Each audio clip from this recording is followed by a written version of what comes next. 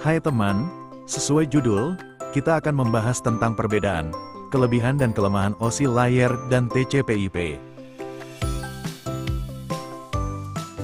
Sebelum itu, kita harus tahu tentang Apa sih itu OSI layar? Jadi, model OSI adalah model referensi 7 lapisan yang dirancang oleh OSI. Model ini membagi proses menjadi 7 lapisan. Ketujuh lapisan dari OSI layer itu adalah physical layer, data link layer, network layer, transportation layer, session layer, presentation layer, dan application layer. Selanjutnya kita akan beralih ke TCP/IP.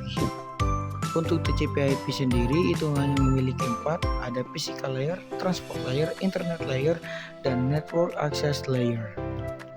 Nah, untuk pengertiannya, TCP/IP adalah kumpulan protokol komunikasi yang digunakan untuk menghubungkan perangkat-perangkat di jaringan komputer, termasuk internet.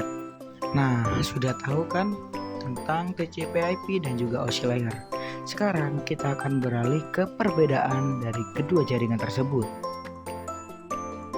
Dengan TCP/IP hampir serupa dengan OSI model, yang dimana layer application pada TCP/IP merupakan gabungan dari 3 layer pertama pada OSI model. Layer transport pada TCP yang sama dengan layer transport pada OSI model, dan layer internet yang serupa dengan layer network pada OSI model. Begitu pula dengan layer network interface yang merupakan gabungan dari 2 layer terakhir pada OSI model. kelebihan TCP/IP adalah digunakan secara luas, scalability, routing yang efisien, interoperabilitas, fleksibilitas.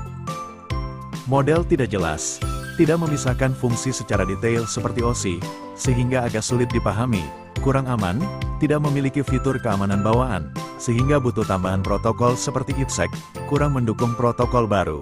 Sulit dikembangkan untuk teknologi masa depan karena tidak dibuat secara modular, tidak memisahkan layer transport dan session secara jelas, sehingga pengelolaan koneksi kurang optimal dibanding OSI.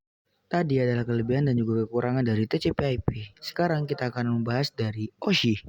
Struktur jelas dan modular, terbagi menjadi 7 layar yang memudahkan pemahaman dan pengembangan teknologi baru. Standar universal, bisa digunakan untuk berbagai jenis jaringan dan protokol komunikasi. Mendukung keamanan, layar presentation bisa menangani enkripsi dan dekripsi data. Interoperabilitas yang baik, setiap layar bekerja secara independen sehingga mudah untuk diperbaiki atau dikembangkan. Kurang praktis, tidak banyak digunakan secara langsung dalam implementasi jaringan, lebih sering dipakai sebagai referensi akademik. Kompleksitas berlebih, karena memiliki 7 layar, sering dianggap terlalu rumit dibanding TCP/IP. Kurang efisien dalam beberapa aplikasi, kadang ada overhead yang tidak diperlukan dalam komunikasi jaringan nyata. Makasih sudah menonton. Bye-bye.